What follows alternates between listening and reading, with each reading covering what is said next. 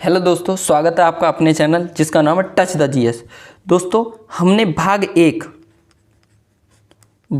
पढ़ लिया और भाग दो का पहला लेक्चर हमने पढ़ लिया है। आज हम दूसरा लेक्चर समझेंगे। भाग एक में हमने 1 से लेकर 4 आर्टिकल पढ़ा और भाग 2 में 5 से लेकर 11 आर्टिकल तक हमने पढ़ा। तो भाग 1 यानी 1 से लेकर 4 आर्टिकल 1 यानी अनुच्छेद 1 में क्या होगा? अनुच्छेद 1 में भारत राज्यों का संघ होगा। 2 में किसी भी विदेशी राज्य को भारत में मिला सकते हैं। 3 में भारत के अंदर, भारत के किसी भी राज्य क्षेत्र के अंदर उसके नाम में, उसकी सीमाओं में परिवर्तन कर सकते हैं। आर्टिकल 4 में 2 और 3 में किया गया संशोधन आर्टिकल 368 के बाहर रखा जाता है, यानी उसको संशोधन नहीं माना जाता है। आर्टिकल 5 में संविधान के प्रारंभ में नागरिकता। 6 में वैसे व्यक्ति जो पाकिस्तान से इंडिया आना चाहते हैं आ सकते हैं। आर्टिकल 7 वैसे व्यक्ति जो इंडिया से पाकिस्तान चले गए लेकिन लौट कर आएंगे तो उनको भी नागरिकता देंगे। आर्टिकल 8 में विदेश घूमने पर आपकी नागरिकता खत्म नहीं होती है। आर्टिकल 9 में अगर आपने अपनी इच्छा से किसी दूसरे देश की नागरिकता स्वीकार कर ली तो भारत की खत्म हो जाएगी। 10 में जब तक आप कोई देश विरोधी काम नहीं करते नागरिकता बनी रहेगी। 11 में नागरिकता के संबंध में संसद कानून बनाती है। नागरिकता का प्रावधान ब्रिटेन से लिया गया है। अपने देश में नागरिकता का जो प्रावधान है ब्रिटेन से लिया गया है। और अधिनियम, नागरिकता का जो अधिनियम है वो 1955 का अधिनियम है। और इसी नागरिकता के अधिनियम के तहत आज हम 5 विधि से जो नागरिकता प्राप्त करने की 5 विधि हैं उनको आज हम समझेंगे। और इसमें जो संशोधन है, सारे संशोधन जो हैं, जितने भी संशोधन हुए हैं आज हम पढ़ेंगे। कितने संशोधन हुए हैं? अभी तक 6 संशोधन हो चुके हैं। 6 संशोधन 6 बार, यानी कि नागरिकता में अभी तक 6 बार संशोधन हो चुका है। यानी कि सबसे पहले तो 1986 में संशोधन हुआ, उसके बाद 1992 में संशोधन हुआ, 2003 में संशोधन हुआ, 2005 में संशोधन हुआ, 2015 में संशोधन हुआ और 2019 में संशोधन हुआ। 2019 में संशोधन हुआ। तो 1 2 3 4 5 6 बार अभी तक नागरिकता में संशोधन हो चुका है। तो अब हम समझते हैं कि अधिनियम जो है 1955 का, इसके तहत 5 प्रकार की जो नागरिकता है वो समझते हैं। नंबर 1 जन्म के आधार पर। नंबर 2 वंश के आधार पर। 3 पंजीकरण के आधार पर, पंजीकरण। नंबर 4 देशीकरण के आधार पर, देशीकरण। 5 अर्जित क्षेत्र, जैसे हमने सिक्किम को मिलाया था, अर्जित क्षेत्र। 5 तरीके से नागरिकता मिल जाती है 1955 के अधिनियम के तहत। 1955 के अधिनियम के तहत 5 प्रकार से नागरिकता की विधि बताई गई हैं। जन्म के आधार पर, वंश के आधार पर, पंजीकरण, देशीकरण और अर्जित क्षेत्र के आधार पर। ठीक है, अब हम इनको एक एक करके समझते हैं। नंबर 1 जन्म के आधार पर। जन्म के आधार पर यानी बाय बर्थ। इसमें क्या था? इसमें बोला गया कि किसी भी व्यक्ति का जन्म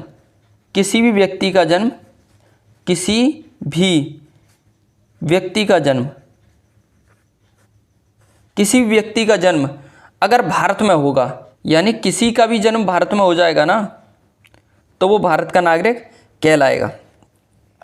अब आप सोच कर देखिए, किसी का भी जन्म, मान लो कि कोई महिला है, घूमने आई, ब्रिटेन से घूमने आई है भारत में, और वो प्रेग्नेंट है और उसके बच्चे का जन्म भारत में हो जाता है, तो वो तो भारत का नागरिक कहलाएगा। तो इसीलिए इसमें पहला संशोधन किया गया 1986 में। फर्स्ट संशोधन 1986 में किया गया और इसमें बोला गया कि माता या पिता में से कोई एक कम से कम भारत का नागरिक रहना चाहिए। माता या पिता में से कोई एक भारत का नागरिक रहना चाहिए, तभी जो उनसे उत्पन्न संतान होगी वो भारत की नागरिक कहलाएगी। ठीक है, इसके बाद भी मिसयूज रुका नहीं, 31 साल लग गए कम से कम। 1955 का अधिनियम और 1986 में पहला संशोधन। तो आप सोच सकते हैं कि 31 साल लग गए, तब तक बहुत लोगों ने इसका बड़े पैमाने पर मिसयूज कर लिया होगा। लेकिन इससे थोड़ा सा आगे और बढ़ते हैं। इसके बाद भी मिसयूज रुका नहीं। कैसे नहीं रुका? जैसे मान लो कि पाकिस्तान का कोई व्यक्ति है और वो जम्मू कश्मीर में आकर किसी लड़की से शादी कर लेता है, तो जम्मू कश्मीर के संविधान के अनुसार, यानी कि जम्मू कश्मीर का अपना एक अलग संविधान था, अभी तो नहीं है, 2019 में 370 हट गया। उससे पहले क्या था कि कोई भी पाकिस्तान का व्यक्ति जो है वो जम्मू कश्मीर की किसी लड़की से शादी कर लेता है तो वो जम्मू कश्मीर का नागरिक बन जाएगा, यानी कि भारत का नागरिक बन जाएगा। तो सोच सकते हैं कितने बड़े पैमाने पर इसका मिसयूज किया गया होगा। इसीलिए इसमें 2003 में फिर संशोधन किया गया और बोला गया कि दोनों के जो डॉक्यूमेंट है वो वैलिड डॉक्यूमेंट होने चाहिए दोनों के पास, यानी कि जो नागरिकता है वो धोखे से अर्जित नहीं की होनी चाहिए, वैलिड डॉक्यूमेंट। तो सोच सकते हैं कि 1986 में तो मिसयूज किया ही गया होगा घुसपैठियों के द्वारा, लेकिन 2003 में ये अगर संशोधन नहीं होता तो कितनी बड़ी दिक्कत हो गई होती। हालांकि दिक्कत तो बहुत हो गई थी, क्योंकि 2003 सोच सकते हैं उसके बाद भी बहुत समय लग गया, तो मिसयूज तो बहुत ही किया गया। लेकिन चलो देर सवेरे ही सही, थोड़ा थोड़ा करके चीज़ों में सुधार हुआ। अब आगे समझते हैं। जन्म के आधार पर समझ में आ गया कि किसी भी व्यक्ति का जन्म अगर भारत में होगा ना तो वो भारत का नागरिक कहलाएगा। लेकिन 1986 में संशोधन कर दिया, यानी 31 साल बाद, तो उसमें बोल दिया गया माता पिता में से कोई एक भारत का नागरिक होना चाहिए। 2003 में फिर संशोधन कर दिया गया कि दोनों के पास वैलिड डॉक्यूमेंट होने चाहिए। दूसरा क्या था? वंश के आधार पर, वंश के आधार पर, यानी कि बाई डिसेंट, जन्म के आधार पर, वंश के आधार पर, वंश के आधार पर, बाई डिसेंट, वंश के आधार पर। वंश की जो गणना है अपने यहाँ पे पिताजी से की जाती है शुरू से, वंश की गणना। अब एक बात बताओ, अगर कोई भारत की महिला है किसी विदेशी पुरुष से वो शादी कर लेती है तो उनसे उत्पन्न जो संतान होगी वो तो भारत की नागरिक कहलाएगी नहीं, क्योंकि वंश तो पिताजी से गिना जाता है ना। तो इसमें 1992 में फिर संशोधन किया गया और इसमें बोला गया कि माता या पिता दोनों के आधार पर वंश की गणना कर ली जाएगी। यानी कुछ महिलाएं सुप्रीम कोर्ट पहुंच गई तो फिर संशोधन इसमें करना पड़ा 1992 में। जैसे मान लो कि सानिया मिर्जा है, उसने शोएब मलिक से शादी की और ये संशोधन नहीं हुआ होता तो उनसे उत्पन्न जो संतान थी वो तो भारत की नागरिक कहलाएगी नहीं। फिलहाल में संशोधन हो चुका है तो उनसे उत्पन्न जो संतान होगी वो भारत की नागरिक कहलाएगी। वो जब 18 साल का हो जाएगा, उसकी मर्जी है वो भारत की लेना चाहता है या फिर पाकिस्तान की लेना चाहता है। जब वो 18 साल का हो जाएगा तो वो डिसाइड कर ले। ठीक है, आगे समझते हैं। वंश के आधार पर समझ में आ गया। तीसरा पंजीकरण के आधार पर, पंजीकरण रजिस्ट्रेशन के माध्यम से, रजिस्ट्रेशन के माध्यम से, रजिस्ट्रेशन। जब देश आज़ाद हुआ था उसके बाद में 6 महीने का प्रावधान था कि रजिस्ट्रेशन करो और नागरिकता ले लो। तो उसके बाद में फिर ये प्रावधान 5 साल का कर दिया गया कि 5 साल भारत में रहो और नागरिकता ले लो। ठीक है, अभी वर्तमान में 7 साल कम से कम भारत में रहना होगा, 7 साल, और रजिस्ट्रेशन करना पड़ेगा, नागरिकता मिल जाएगी। 7 साल रहने का मतलब ये नहीं है कि आपको नागरिकता मिल ही जाएगी। जैसे मान लो कि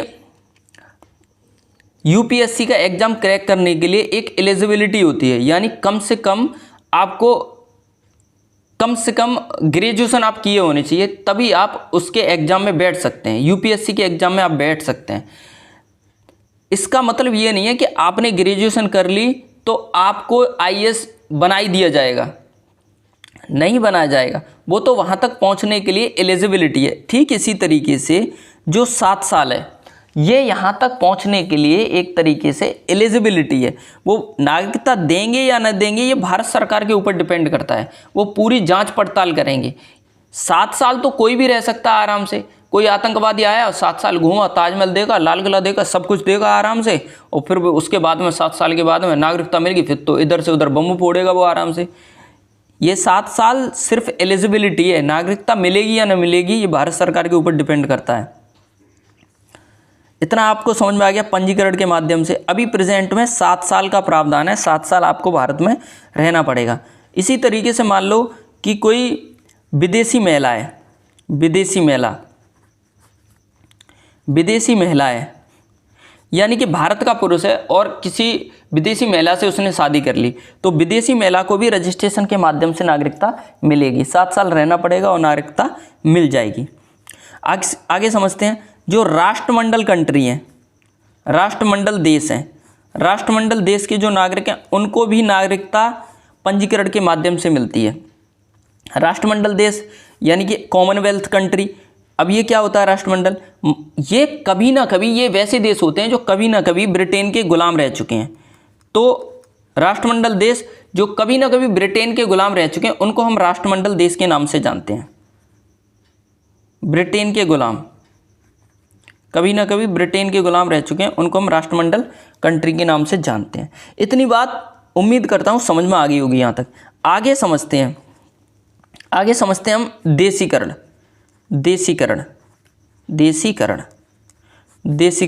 नेचुरलाइजेशन।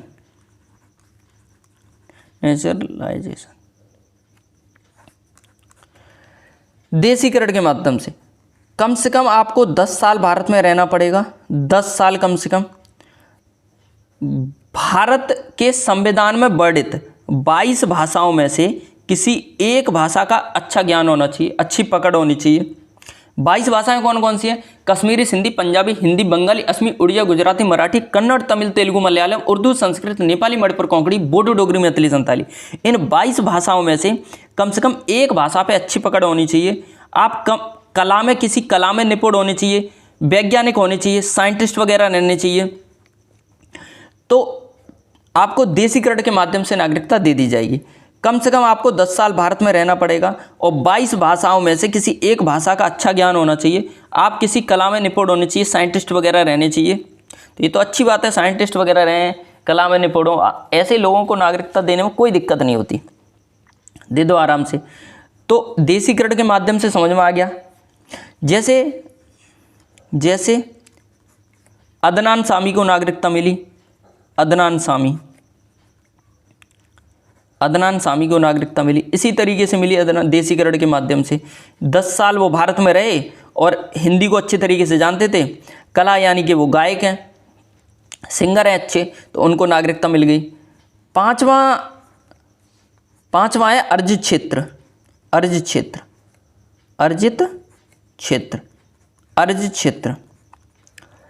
यानी कि कोई क्षेत्र हमने अर्जित किया तो वहाँ के लोगों को तो ऑटोमेटिक नागरिकता मिल जाएगी।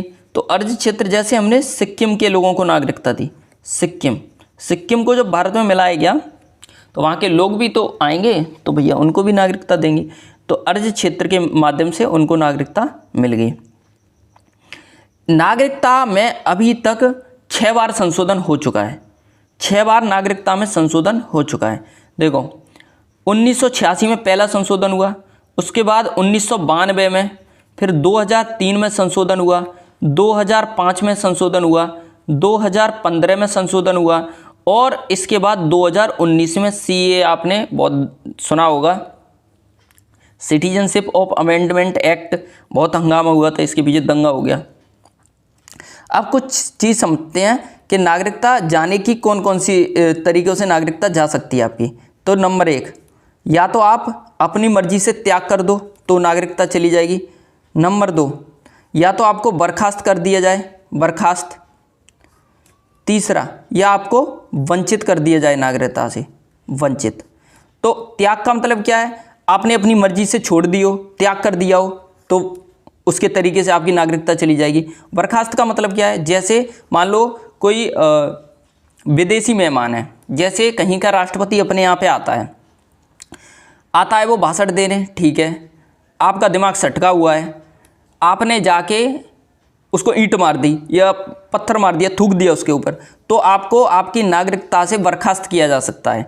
ठीक है, आगे समझते हैं वंचित। वंचित का मतलब क्या है? जैसे भारत और पाकिस्तान में युद्ध चल रहा है, ठीक है, और आप दनादन पाकिस्तान जिंदाबाद के नारे लगा रहे हैं, पाकिस्तान जिंदाबाद के नारे लगा रहे हैं, तो आपको नागरिकता से वंचित कर दिया जाएगा। तो तीनों समझ में आ गई, त्याग, बर्खास्त और वंचित। इसके बाद हम समझते हैं एनआरआई क्या होता है, पीआईओ क्या होता है और ओसीआई क्या होता है। ओसीआई, एनआरआई को बोलते हैं इंग्लिश में, मतलब इसकी फुल फॉर्म है नॉन रेजिडेंट इंडियन। एनआरआई मतलब नॉन रेजिडेंट इंडियन, प्रवासी भारतीय, प्रवासी भारतीय, हिंदी में प्रवासी भारतीय। एनआरआई कौन होता है? कोई व्यक्ति है भारत से बाहर रह रहा है कम से कम 6 महीने, 6 महीने से वो भारत से बाहर रह रहा है, 6 महीने से, अगर एग्जैक्टली देखोगे तो 182 दिन, 182 दिन, 6 महीने से 182 दिन से वो भारत से बाहर रह रहा है, तो उसी को हम एनआरआई कहेंगे। भारत से बाहर नौकरी कर रहा है किसी दूसरे देश में, उसी को हम एनआरआई कहेंगे। ये नहीं है कि 2 महीने गए घूमे इधर उधर और एनआरआई बन गए, नहीं, इसको एनआरआई नहीं कहेंगे। कम से कम 6 महीने, 6 महीने से बाहर वो रह रहा है, देश से, भारत से बाहर रह रहा है, तो उसी को हम एनआरआई कहेंगे।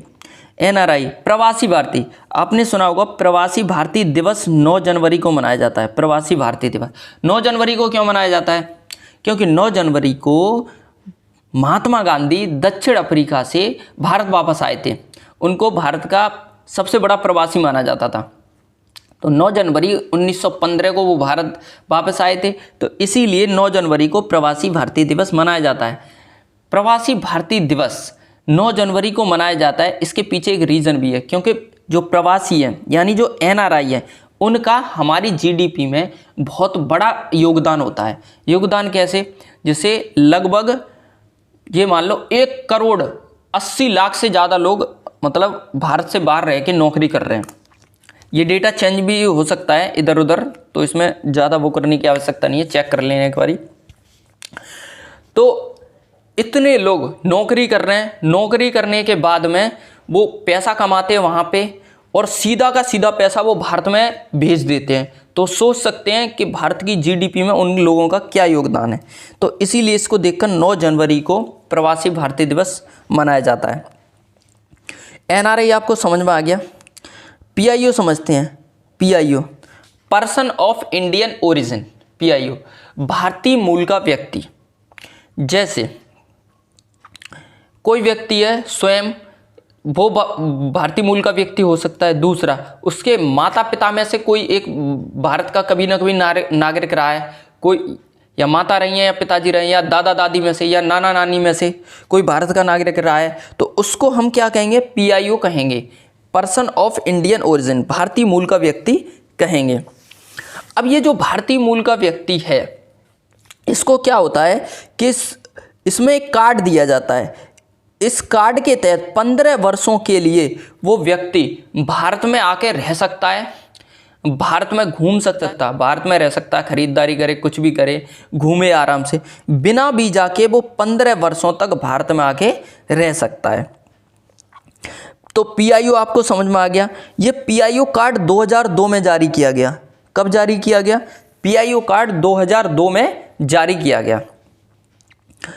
तो पीआईओ समझ में आ गया। पीआईओ के बाद में समझते हैं ओसीआई। ओसीआई का मतलब होता है overseas citizenship of India. Overseas citizenship of India. देखो, पीआईओ का थोड़ा सा विस्तारित रूप है ओसीआई। देखो, पीआईओ के तहत क्या किया गया कि इसमें श्रीलंका, पाकिस्तान, अफगानिस्तान, नेपाल, भूटान, बांग्लादेश, इन देशों के जो नागरिक हैं उनको पीआईओ कार्ड की सुविधा नहीं दी जाती थी, इसीलिए इसमें थोड़ा सा विस्तारित किया गया और ओसीआई कार्ड की सुविधा दी गई। ओसीआई के तहत भी 15 वर्षों तक वो व्यक्ति भारत में आके रह सकता है, भारत में घूम सकता है। लेकिन पाकिस्तान का व्यक्ति और बांग्लादेश के व्यक्ति को छोड़कर सभी देशों के व्यक्तियों को ओसीआई की सुविधा दी जाएगी, लेकिन सिर्फ पाकिस्तान और बांग्लादेश को इसमें छोड़ दिया गया है। इसमें क्या था? इसमें श्रीलंका के भी व्यक्ति शामिल थे। श्रीलंका, पीआईओ में श्रीलंका, पाकिस्तान, अफगानिस्तान, चीन, नेपाल, भूटान, बांग्लादेश, इन देशों के नागरिकों को पीआईओ की सुविधा नहीं दी जाती थी। लेकिन ओसीआई के तहत सिर्फ 2 कंट्री के जो लोग हैं उनको बाहर रखा गया। बाकी के जैसे श्रीलंका है, अफगानिस्तान है और चीन है, नेपाल है, भूटान है, इन लोगों को भी थोड़ी सी इसमें जगह दी गई है ओसीआई में।